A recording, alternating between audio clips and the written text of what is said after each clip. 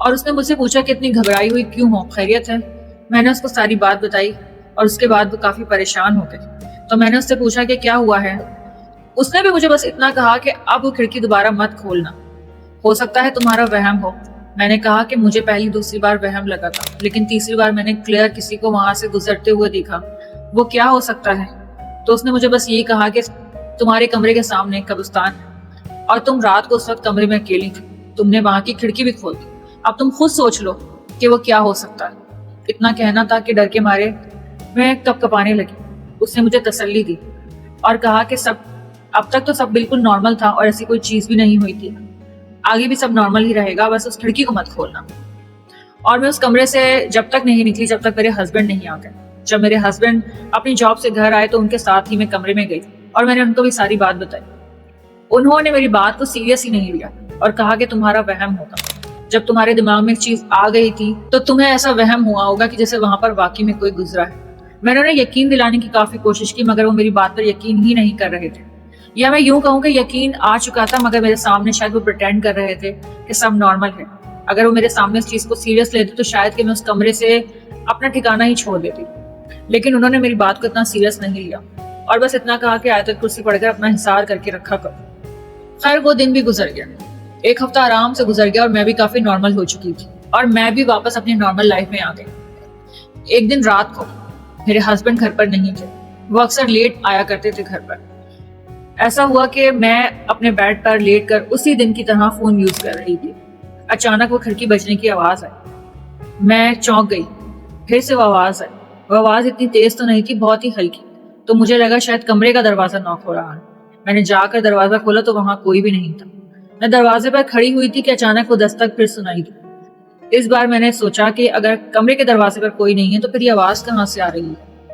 اب میں نے غور سے اس آواز کو محسوس کیا تو وہ اس کھڑکی سے آ رہی تھی اور یہ آواز سن کر مجھے تھوڑا ڈر لگا. میں وہاں پر خاموشی سے کھڑی رہی, وہ دستک ہوتی رہی اور اس کے بعد اچانک سے ایک آواز آئی, کھڑکی کھولو, مجھے اندر آنے دو.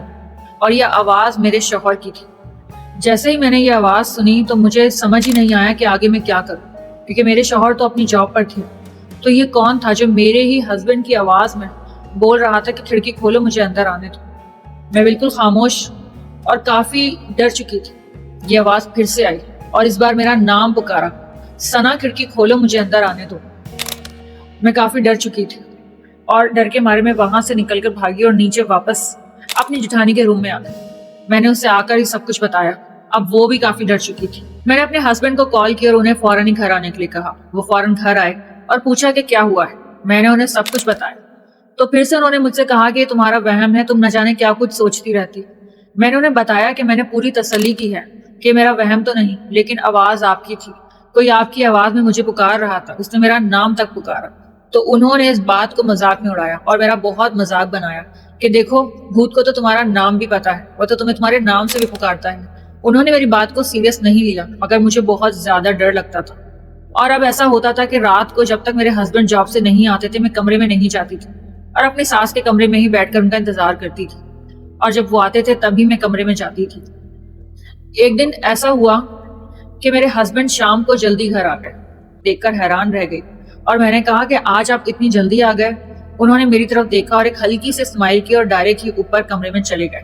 انہوں نے مجھ سے کوئی بات نہیں کی اور بس مجھے آتے آتے ایک اشارہ کیا اوپر آنے کے لیے. میں بھی ان کے پاس چلی گئی. وہ ڈائریکٹ ہی کمرے میں گئے اور جاتے کے ساتھ ہی بیڈ پر بیٹھ گئے اور منہ نیچے کر کے بیٹھ گئے. میں نے ان سے پوچھا کہ آج تو آپ کافی جلدی آ گئے, خیریت تو ہے؟ انہوں نے مجھے کوئی جواب نہیں دیا اور پھر اچانک ہی اپنا چہرہ بالکل میری طرف کیا اور بنا پلک جھپکائے وہ میری طرف دیکھ رہے تھے اور کافی دیر تک وہ اسی طرح مجھے دیکھتے ہی رہے. میں نے ان سے پوچھا کہ خیریت تو ہے, آپ کی طبیعت خراب ہے؟ تب بھی انہوں نے میری کسی بات کا جواب نہیں دیا. وہ کنٹینیوسلی مجھے دیکھ رہے تھے اور دیکھے ہی جا رہے تھے. میں نے ان سے پھر پوچھا کہ کیا ہوا ہے, لیکن کوئی جواب نہیں آ رہا تھا. اب مجھے لگا کہ شاید ان کی طبیعت خراب ہے. میں نے ان کے قریب آ کر جیسے ہی ان کے چہرے پر ہاتھ رکھا, اس کے بعد جو مجھے محسوس ہوا اس نے تو میرے پیروں سے زمین ہی نکال دی. اور آگے کی کہانی میں آپ اس کے پارٹ 2 میں سناؤں گی, کیونکہ کہانی کافی لمبی ہو جائے گی اور ویڈیو بھی کافی لمبی ہو جائے گی, تو ویٹ کیجئے پارٹ 2 کا. اور یہاں تک اسٹوری دیکھ لی ہے تو چینل کو سبسکرائب کر لیں تاکہ جب پارٹ 2 آئے تو آپ کے پاس نوٹیفکیشن پہنچ جائے. ملتے ہیں اگلی ویڈیو میں. ہی کو اجازت دیجیے. اللہ حافظ.